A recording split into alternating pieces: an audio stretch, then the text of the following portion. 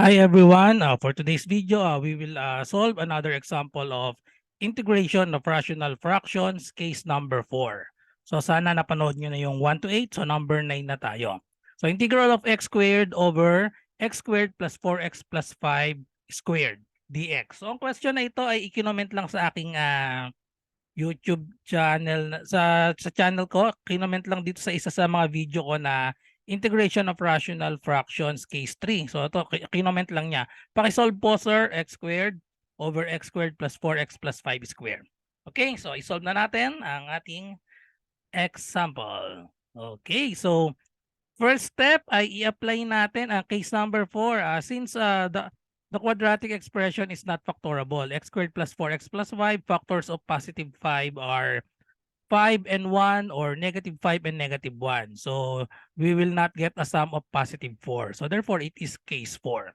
Okay, so we apply the case 4. So this is the technique. So we have x squared over x squared plus 4x plus 5 squared. So that is equal to a times the derivative of x squared plus 4x plus 5, which is 2x plus 4 plus b over, so start tayo sa exponent of 1, x squared plus 4x plus 5 to the first power.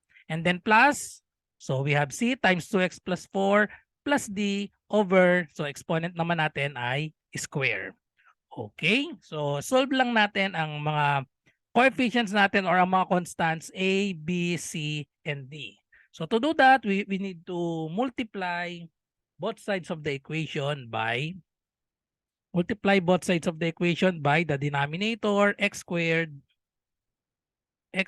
plus 4x plus 5 and then square. Okay, so if we multiply this, so we just simply cancel the denominator. So we have x squared equals, so let's divide this x squared plus 4x plus 5 square over x squared plus 4x plus 5. So we simply cancel the exponent and then, or subtract the exponent, 2 minus 1. So we have a times 2x plus 4 multiplied to this. So x squared plus 4x plus 5. And then plus, so for this term, so we have b. So subtract the exponent. So we have b times x squared plus 4x plus 5. And then for this term, so distribute this.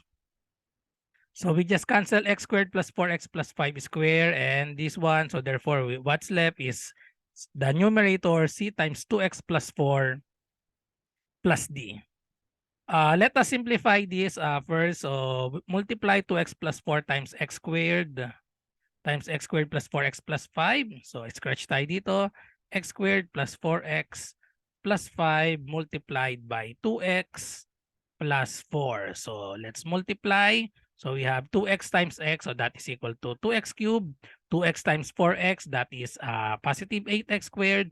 2x times 5, that is equal to 10x. And then distribute positive 4, 4 times x squared. So we have 4x squared, 4 times 4x, so that is positive 16x. And then 4 times 5, that is positive 20. So finally, add na natin. So we have 8 plus 4, so that is 12x squared. And then 10 plus 16, so we have 26x. So just bring down 2x cubed and then 20. Okay, so therefore we have a times 2x cubed plus 12x squared plus 26x plus 20. Just copy the rest. So we have plus b, then we have x squared plus 4x plus 5 plus c times 2x plus 4 plus d. So now we will equate the coefficients. The highest exponent is x cubed. So equate the coefficient. Start with x cubed, x squared, x, and x to the 0 or simply the constant. Okay, so equate the coefficient. So we only have one coefficient of x cubed. So that is equal to 2a. No x cubed in the left side. So therefore 2a is equal to 0. So therefore the value of a is equal to 0. Next, the coefficient of x squared. So we have 12x squared multiplied by a. So we have 12a. And then for this one, x squared. So we have bx squared. So 12a plus b equals the coefficient of x squared here is 1. So solve for B, the value of A is 0. So if we substitute A equals 0, so therefore the value of B is equal to 1. Okay, so we have the A equals 0 and B equals 1. So next, equate the coefficient of X. So we have 26X times A, so that is 26A. And then we have 4X here, so that is equal times B, so that is 4B. And then for this one, we have 2CX or plus 2C is equal to, there is no X in the left side, so equals 0. Substitute the value of A and B. So A is 0, so we just simply cancel this. The value of B is 1, so therefore we have 4 times B is 1, so we have 4 plus 2C equals 0. And then solve for C, subtract 4 to both sides, or we have subtract 4 to both sides. So we have 2C equals negative 4. Divide both sides by 2. So therefore, the value of C is equal to negative 2. Then finally, for the constant, so we have 20 here. So 20 times A. So we have 20A. For this one, we have 5 times B. So plus 5B. And then we have 4C. So plus 4C plus D. Plus D is equal to 0. So substitute all the values of A, B, and C. So A is 0, so just cancel 20A. B is 1, so we have 5 times B times B is 1, so 5 times 1 still 5 plus 4 times the value of C is negative 2. So we have negative 2 plus D equals 0. So simplify, we have 4 times negative 2, so that is negative 8 plus D is equal to 0. So 5 minus 8, so that is negative 3 plus D equals 0. So put negative 3 to the other side. So therefore, the value of D is positive 3. So therefore, we now have the values of A, B, C, and D. So we have 0, 1, negative 2, and 3. So we can now, let's now integrate this. So therefore, we have these values, A equals 0, B equals 1, C equals negative 2, and D equals 3. So therefore, so we can now integrate. So substitute the values of A, B, C, and D. So hindi na natin sinulat yung A dahil A is equal to 0. So I start with B equals 1. So that is integral of dx over x squared plus 4x plus 5. C equals negative 2. So we have negative 2 times 2x plus 4 dx over x squared plus 4x plus 5 squared plus the value of d is 3. So we have 3 integral of dx over x squared plus 4x plus 5 squared. So integrate bawat integrals natin. So let's start with this. So we have integral of dx over x squared plus 4x plus 5. So to solve this, we need to complete the square. Kailangan nating i-transform yan sa, pwede nating magamit dyan na formula is integral of du over u squared plus a squared. Since nasa form siya ng positive kasi yung mga natin x squared plus 4x plus 5. So we have direct formula for this integral of du over u squared plus a squared, that is equal to 1 over a arctangent u over a plus c. Okay, so we need to complete the square of x squared plus 4x. So x squared plus 4x, so what should be the number to be added to make it a perfect square trinomial? So we just use the formula b over 2 square. B is the coefficient of x and that is positive 4. So ang i-add natin is 4 divided by 2 square and that is equal to 4. So to complete the square, so we need to add positive 4, or we simply break this positive 5 into positive 4 plus 1. So that it is now in the form dx over x squared plus 4x plus 4 and then plus 1. And then we regroup, and then this is now a perfect square trinomial. So it is x plus 2 squared plus 1 is equal to 1 square. So it's now in the form u squared plus a square. So therefore, the formula, or we can now integrate this. This is now equal to 1 over a. The value of a here is the value of u here is x plus 2, and the value of a is equal to 1. And then we have du is equal to simply dx. The differential of x plus 2 is dx. So we can use this formula. So we have 1 over a, the value of a is 1. And then we have arctangent u over a. The value of u is x plus 2 over 1. So therefore, the integral of this is arctangent x plus 2. So no need to write the over 1. Okay, and then this time we integrate the second integral. So it is only in the form integral of u to the n du. So the formula for that is u to the n plus 1 over n plus 1 plus c. Because the numerator is just the derivative of the denominator.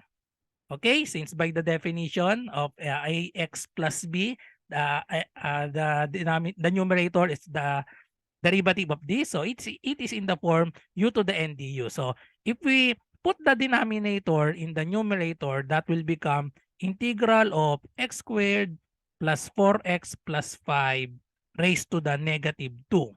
So magiging negative 2 ito pag tumaas. So times 2x plus 4 dx. So it is in the form u to the n. This is our du. So if we apply the formula, so we have just add 1 to the exponent. So we have negative 2 plus 1 and then over negative 2 plus 1. So therefore, the direct formula for this, the answer is, so we have negative 2 x squared plus 4x plus 5 raised to negative 2 plus 1. So that is negative 1 over negative 1.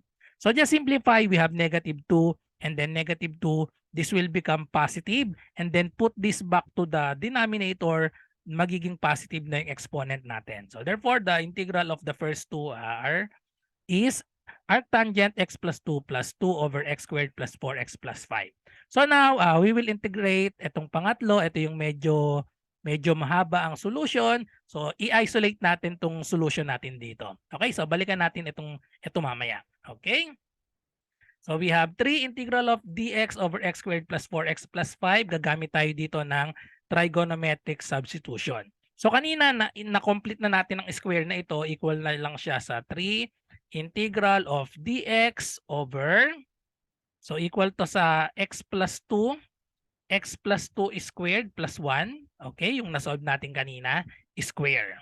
So gagamit na tayo dito ngayon ng trigonometric substitution. So plus ito, so therefore ang gagamitin natin is u equals a tangent theta. But our u is x plus 2 and our a is 1. So we have x plus 2 tangent theta and then differentiate both sides, get the differential. Dx is equal to derivative of tangent is secant square theta. So let's put d theta. So now, draw na tayo ng triangle natin, right triangle natin. So this is the theta. So tangent theta is equal to x plus 2 over 1. So this will be the x plus 2 by definition of tangent. Opposite over adjacent. So x plus 2, ito yung 1. So itong part na ito, so this is the square root of x plus 2 squared plus 1, or simply, babalik lang yan dito. So square root of x squared plus 4x plus 5. Okay, so now by substitution, so we have 3. The value of dx is secant squared theta d theta. And then, so let's solve the value of this. Square root of x plus 2 squared plus 1. Or that is equal to this term. So if we have exponent of 2, so therefore, ang gagamitin nating function ay itong part na ito dahil ito ay equal lang din dito. Square root of x squared plus 4x plus 5. So ano yung function na i-over natin dito sa constant natin na 1? So ang function na yon ay secant theta. Secant theta is equal to the hypotenuse square root of x squared plus 4x plus 5 over 1. So ang hinahanap natin ay naka-square. So tandaan, ang x plus 2 squared plus 1 equal din yan dito sa term na ito. So may exponent tayo squared. Din sa definition natin, ang exponent natin ay radical square root. So para maging square ito, kunin natin, i-raise natin both sides to the fourth. Okay? Raise both sides to the fourth. So para magiging secant to the fourth theta is equal to, so 4 times 1/2 itong radical. So magiging na siyang x squared plus 4x plus 5 square. Okay, so therefore the denominator now is equal to secant to the fourth theta. So simplify this, so we can cancel the square in the denominator. So we have secant to the fourth, so just cancel 2 or subtract 4 minus 2. So we have integral of 3 integral of d theta over secant squared theta. So definition, so reciprocal of secant square is cosine. So pag nilagay natin sa taas, magiging siyang 3 integral of cosine squared theta. And then we will use the identity for cosine squared. So the identity for cosine squared is 1 plus cosine 2 theta over 2. Okay, so therefore we have 3 integral of 1 plus cosine 2 theta over 2 d theta. So let's distribute the denominator. So distribute the denominator 2 and then the d theta and then the 3. So we have 3 over 2 d theta and then times 1. So that is equal to 3 over 2 integral of d theta plus another 3 over 2 integral of cosine 2 theta d theta. So we have direct formula for this, cosine 2 theta d theta. So we use the formula cosine u du, that is equal to sine u plus c. But here we have coefficient of 2, so therefore we have neutralizing factor of reciprocal of 2, that is equal to 1/2. Okay, so therefore, so we integrate, so this is now equal to 3 over 2 integral of d theta is theta plus 3 over 2 times the neutralizing factor of 1/2, and then direct formula, integral of cosine u is sine u. So we have sine 2 theta plus c. But we have identity for sine 2 theta, so use the identity sine 2a, that is equal to 2 sine a cosine a. So use that identity, so therefore we have 3 over 2 theta plus, so we have 3 over 2 times 1/2, so that is 3 over 4. Or we can just put 3 over 2 and then times 1/2, and then times the identity of this is 2 sine theta cosine theta plus c, but we can cancel the 2 here in the denominator and the 2 in the numerator. So now, let's substitute the values of the theta. 3 over 2, the value of theta, so the original is tangent theta is x plus 2 is equal to tangent theta. So if we solve for theta, the value of theta is equal to arctangent of this x plus 2. Okay, so 3 over 2 arctangent x plus 2, and then plus we have 3 over 2, the value of sine theta is opposite over hypotenuse. Okay, so opposite over hypotenuse, and the value of cosine is adjacent over hypotenuse. So therefore, we have the hypotenuse is square root of x squared plus 4x plus 5. So opposite is x plus 2. So we have x plus 2 and then multiplied by square root of x squared plus 4x plus 5. And then for the cosine, we have 1. So just multiply this by 1 and another square root of x squared plus 4x plus 5. So we just simply square this. If we square this, so we can just cancel the square root and the square. So plus c. So therefore, this is the final answer for the integral of this. 3 over 2 arctangent x plus 2 plus 3 over 2 times x plus 2, no need to write this one, times x plus 2 over, wala na yung radical, and yung exponent, so over x squared plus 4x plus 5. So balikan na natin yung integral natin kanina, idagdag lang natin itong answer na ito. So therefore, we have, so ito na yung ating magiging integral na isi-simplify lang natin. So ito yung nasolve natin dun sa last part. Ito yung last part natin, 3 over 2 arctangent x plus 2 plus 3 over 2 times x plus 2 over x squared plus 4x plus 5 plus c. So ngayon, pagsamahin natin, combine lang natin itong part na ito. arctangent x plus 2 tsaka itong 3/2 arctangent x plus 2. So ito pwede siyang magkaroon ng 2/2 para maging similar fraction tayo, 2/2 tsaka 3/2. When we add that, that will become 5/2 arctangent x plus 2. And then ito naman, isimplify natin itong dalawa. So meron tayong denominator dito na 2. Itong kabila wala, pero parehas tayong x squared plus 4x plus 5. So para lagyan din natin ng 2 para maging similar fraction. So mag-multiply tayo ng 2 sa taas tsaka 2 dito sa baba. Okay, so therefore, itong numerator natin ay magiging ng 4. Itong kabila naman, itong 3 i-distribute natin. So therefore, we have 3x plus 3 times 2, that is equal to 6. And then combine this 3x plus 6 tsaka itong 4 sa ating itong 4 dito sa kabila, i-combine lang natin. So 3x plus 6 plus 4, so magiging plus 10 na lang ito. So therefore, simplified na natin. So we have numerator is 3x plus 10. So kinombine yung positive 6 tsaka positive 4 since similar na siya. And then ang denominator, i-distribute lang natin itong 2. 2 times x squared, we have 2x squared. 2 times 4x, so that is 8x. And then 2 times 5, that is positive 10 plus c. So this is now the final answer. 5/2 arctangent x plus 2 plus 3x plus 10 over 2x squared plus 8x plus 10 plus the constant of integration c. So medyo mahaba yung ating solution kaya kailangan kabisado na natin yung mga basics. So ang dami nating in-apply, may trigonometric substitution pa tayo, may partial fraction. Ayan, so meron ding yung integral of nung sine ng u du, ayun.